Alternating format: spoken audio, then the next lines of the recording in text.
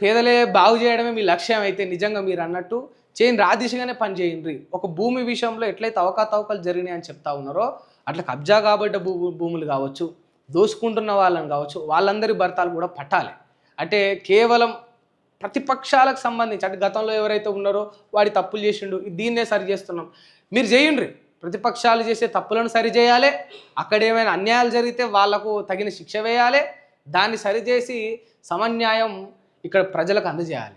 అది చేస్తూనే ఏవైతే సమస్యలు ఉంటాయో జనాలకు ప్రతిపక్షాలతో సంబంధం లేకుండా, ప్రభుత్వాలతో సంబంధం లేకుండా, అసలు గవర్నమెంట్తో కాకుండా నిజంగా ఒక పేదోడికి ఒక కష్టం ఉంటుంది.